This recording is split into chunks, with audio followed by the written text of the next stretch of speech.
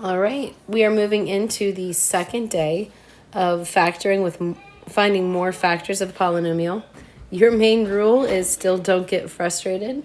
Remember, we're undoing the multiplication process and we're dividing this into its factors. So we would be starting with a polynomial and ending with the polynomial in factored form. This is day 2. Remember that if something cannot get factored, like only one in itself, it is called prime. All right, so on the first one, remember, step 1 is to find your GCF. What goes into all 3 of these terms? A 3, I do believe, goes into all of them, and they all have an x. So I need to take out a 3 and an x. Divide by 3, you get 1, take away an x, you get x squared. Divide by 3, you get 2. Take away an x, you get 2x. Divide by 3, I do believe you get 31. 35, I think, actually. And take away an x, and the x is gone. Because I don't want to have to redo these notes, I'm going to verify on my calculator that 105 divided by 3 is truly good, 35. I'll have my calculator there nice and handy. Step 2, we identify A, B, and C. A is 1, B is 2, C is negative 35. Step 3, I'm going to make my chart so I can find my magic factors. AC goes here and B goes here. AC is 1 times negative 35, which is negative 35, and B is 2. I do know my magic numbers, but I'll work out this process for those of you who might struggle a little more than others. Negative 35 divided by 1 is negative 35, and there's no shame in that because you need to realize that there's a method that will work. You just have to fight for it. So when you add, you get negative 34, which is not correct. Negative 35 does not divide by 2 evenly. Negative 35 does not divide by 3 evenly. Negative 34 does not divide by 3 evenly. But negative 35 does divide by 5 evenly. So I'm going to cross these out because those are decimals, and you get negative 7. When you add those two, when I say those two, I mean those factors right there, you get negative 2. I taught you yesterday that if you get the right number but the wrong sign, because we want a positive, you change all your signs, and that'll do it. We are now ready to move on to the next step and to complete the process of factoring by grouping. So I think step 5, step 4, well, how about just the next step? So we are going to essentially copy this step again, GCF, the 1x squared, leave a lot of space, minus 35 in the back. Remember, we're going to replace that 2x with our magic factors of negative 5x and positive 7x that we got from over here. And then we're going to split this in half. Bring that pesky little GCF down so we don't forget it. And now it's time to find the GCF of these two items inside of here. So the GCF of 1x and 1x squared and negative 5x is a 1x. So that comes down next, and we'll divide it out. 1x squared divided by 1x is just a 1 and an x. Negative 5x divided by 1x is a negative and a 5. The x cancels out. Then we move over here to find the GCF of these two items. It's going to be a, remember what I told you about the sign? Positive, what goes into 7 and 35? A 7. So divide by positive 7. I'll put it in the middle. So we take this and we get, so here's our 7. Sorry, there's the GCF. When we divide, we get 1x, and when we divide here, we get minus 5. Notice, please, that after we took out the GCFs, these binomials match. So we have our GCF of 3x, what we had matching, the 1x minus 5, and then what we had left, 1x plus 7. Sometimes it's hard for the kids to see what we have left. That's what's there, and then the one in front. Again, if you want to distribute these together to prove that you got it right, you can, but that is in fully factored form. Number 2, I did not teach this to you yesterday because I didn't think we were quite ready for it, but I think we are now. I need you to acknowledge that the GCF is, I'm going to guess it's 2, because I know 2 goes into 6, and I know 3 could be it, so let's just check. 70 divided by 3 and 70 divided by 6 don't work, so it's got to be 2. However, when the first term is negative, you must divide by a negative. That has to be part of your GCF. They don't all have an x, so all I'm doing is dividing by negative 2. This makes positive 3x squared. This makes positive 16x. And this makes negative 35. To check that, see how I'm dividing each and every term by negative 2 to prove how I got those new numbers. Now it's time for me to move on to step 2, which is identifying A, B, and C.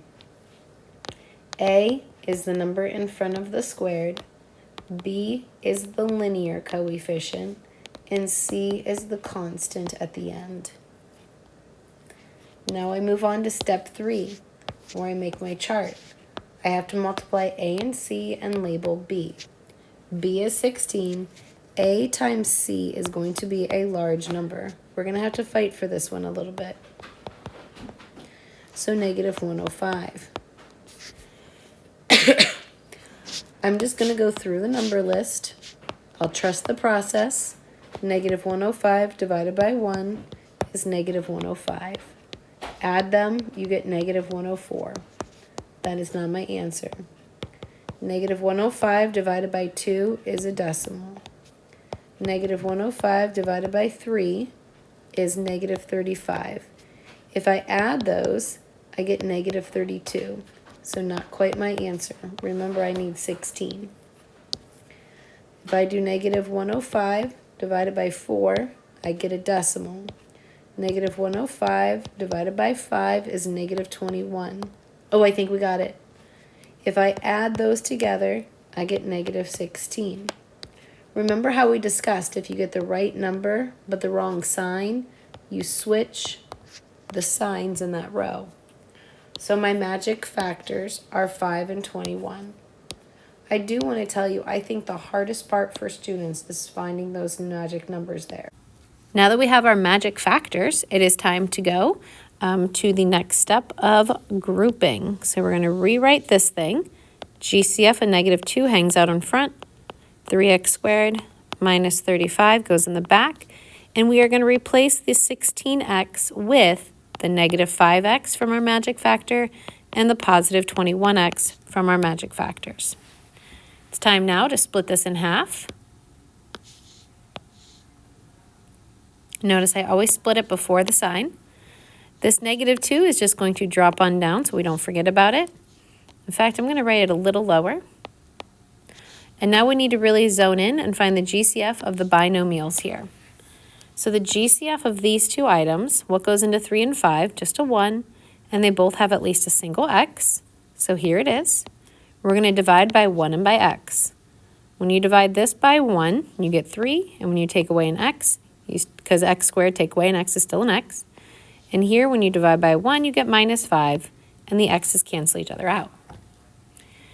Now remember what I taught you about the sign. When we take our GCF, no matter what, we take that first sign we see, so it will be a positive. What goes into 21 and 35? A 7. So we divide both items by a positive 7 for this GCF. This turns into a 3x. This turns into a minus 5. These do match, so we know it continues to factor. The GCF of negative 2 drops down. I like to write the binomials that we got to match first, so negative 3x minus 5, and then leftovers 1x plus 7. With a friendly reminder that that 1 right there in front of x will not be on the keystones. If you want to distribute those together and do the reverse process, you would see that we factored properly. I need to find my GCF. That's my first step. Well, they don't both divide by 4, and they don't both divide by 2 or by 5, but they both have a y squared. So that's going to be my GCF. When I take the y squared out here, I'm just left with 4x squared. When I take that GCF of y squared out here, I'm just left with the 25. It's time for me to find A, B, and C. A is the number in front of x squared, B is the number in front of x, and C is the constant without an x. In this case, we had to remember that B was 0. It's now time for step 3, making my chart. AC goes here and B goes here. A times C is 4 times negative 25 or negative 100 and B is 0. I know the answer, so what I'm going to do is I'm just going to do 5, 6, 7, 8, 9, and 10, and I'll just tell you it's one of those. So it's negative 100 divided by 5, negative 20. Add these, and I get negative 15. That is not my answer. Now we will do negative 100 divided by 6, negative 100 divided by 7, negative 100 divided by 8, and negative 100 divided by 9. I didn't write any of those answers because they were all decimals, which is what it's not allowed on this type of problem. Negative 100 divided by 10. There's your magic negative 10. Why is that one your magic factor? Because if you add them, you would get the 0 that you wanted. We're now ready to go to the next step of grouping. So we take this item up here, the original, when the GCF, we put it here, and then we do our 4x squared here, leave a lot of space, and put the minus 25 in the back. There was no middle x term, so we have to replace our 0x with our magic factors of 10x and negative 10x. And again, those came from right here in our magic factors. It's now time to split this in half. You need to find the GCF. Bring down that GCF from the original. Now, it's time to find the GCF of these two terms. What goes into 4 and 10? A 2, and they both have at least an x. So that's where we're going to go to next. There's my 2x, and I need to divide it out. 4 divided by 2 is 2. X squared, take away an x is x. 10 divided by 2 is 5. X, take away an x is gone. Now we look over here. I know no matter what, I'm going to be taking out a negative. What goes into 10 and to 25? A 5. So when I divide by negative 5, I get, I apologize. I did not write the 5 here. Sorry. Now I will divide. I apologize. When I divide, I get positive 2 with an x. And when I divide here, I get positive 5. It's now time to finish. I have my GCF of y squared. I have the matching parenthesis of 2x plus 5. And then I have the outside items, our GCFs from the next step above, the 2x minus 5. And if you're having trouble seeing them, there they are. And then this parenthesis is the binomial that was essentially GCF. I'm looking at 4, and I know the only number I could try to divide by is 4 or 2. Unfortunately, I can't divide by 4 because of the 49, and I can't divide by the 2 because of the 49. However, they all do have an h. So my GCF is an h. When I take an h away, this becomes 4h to the second power instead of to the third. When I take this h away, I get h to the first power, because you're taking a 1 off the squared. And then this is just 49. I have a new polynomial to look at, or there it is. It's partially factored. Now I find a, b, and c. A is in front of the squared term, b is in front of the power of 1 term, and c is the constant at the end. Please don't put variables with a, b, and c. Now I go to my chart. A, C, and b. B is 28, and 4 times 49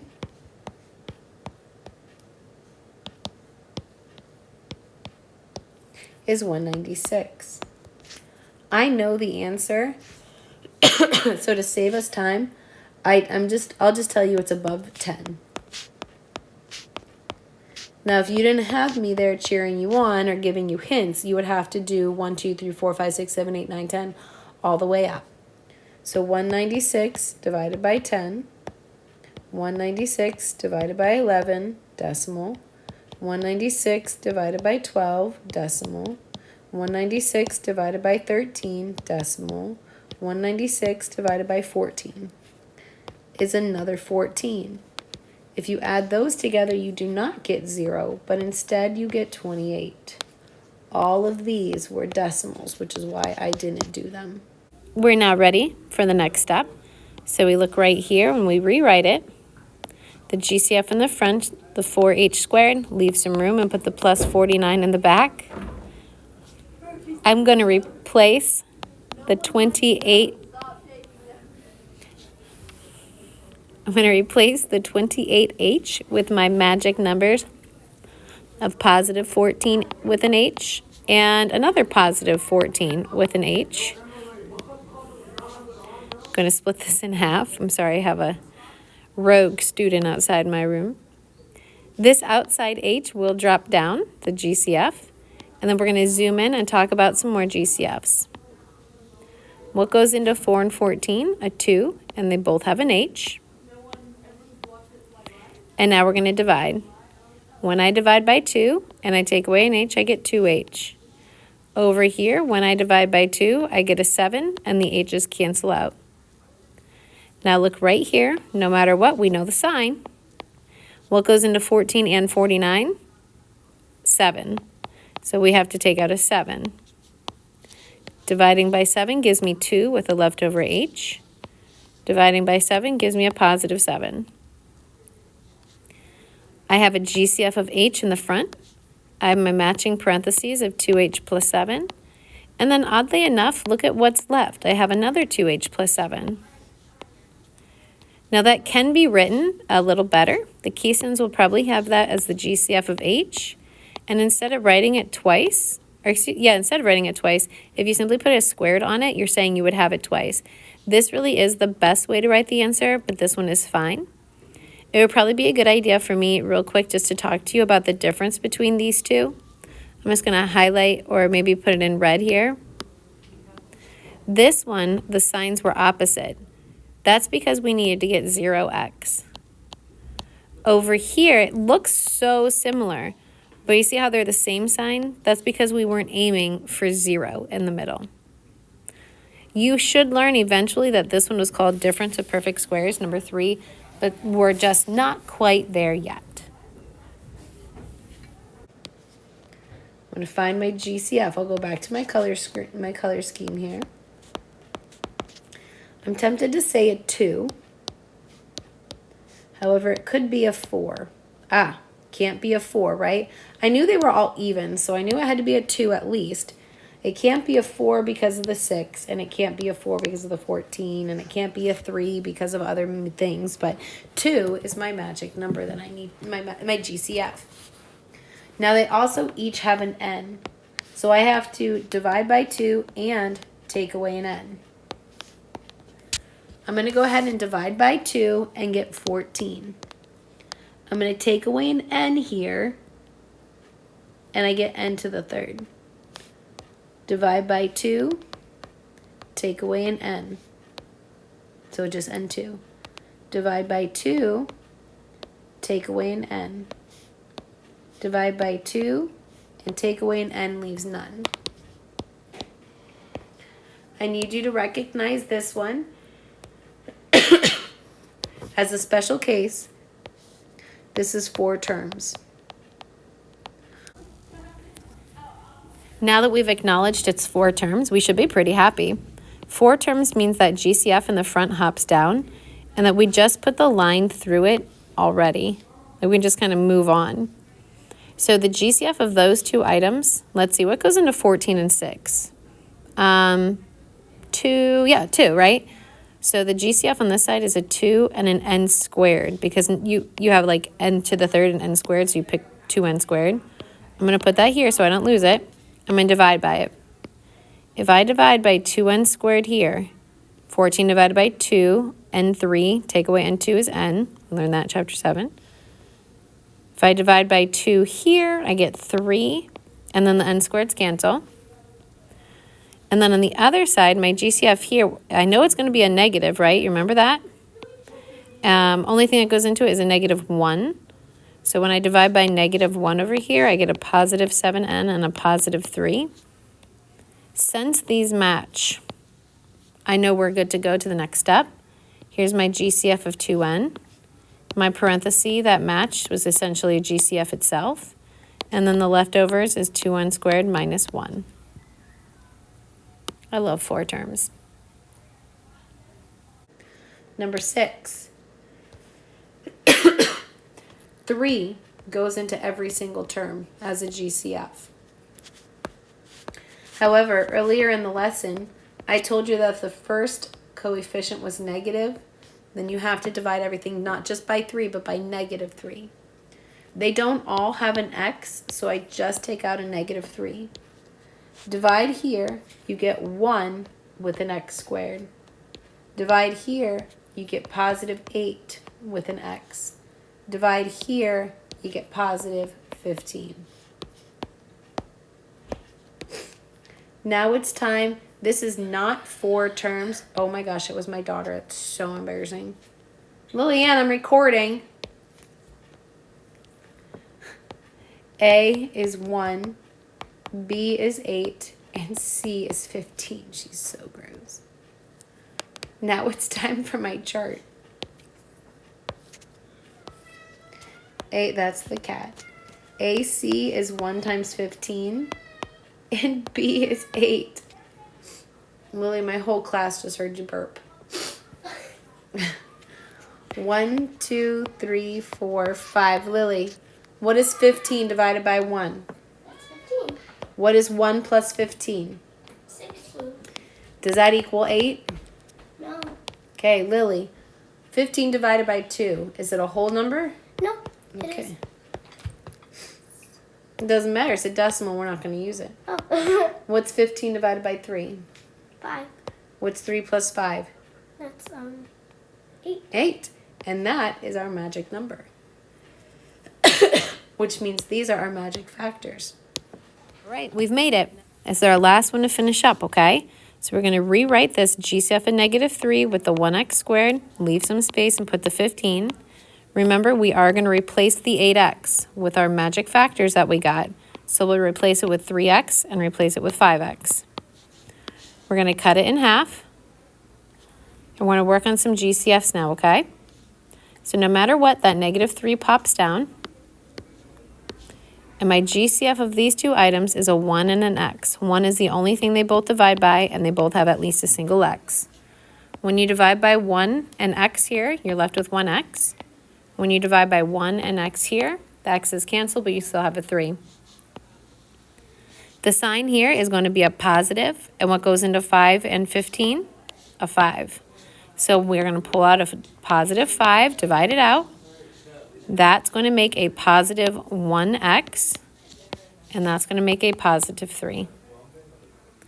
Let's finish by writing our overall GCF of -3, our parentheses that match of 1x plus 3. I'm just writing x plus 3. And then what's left is x plus 5. I don't know why I changed to blue. That was silly of me. X plus 5. I didn't write the 1x. I mean, you could have. I really hate that that's purple. Or not purple. Sorry. I'm having a little bit of a moment there.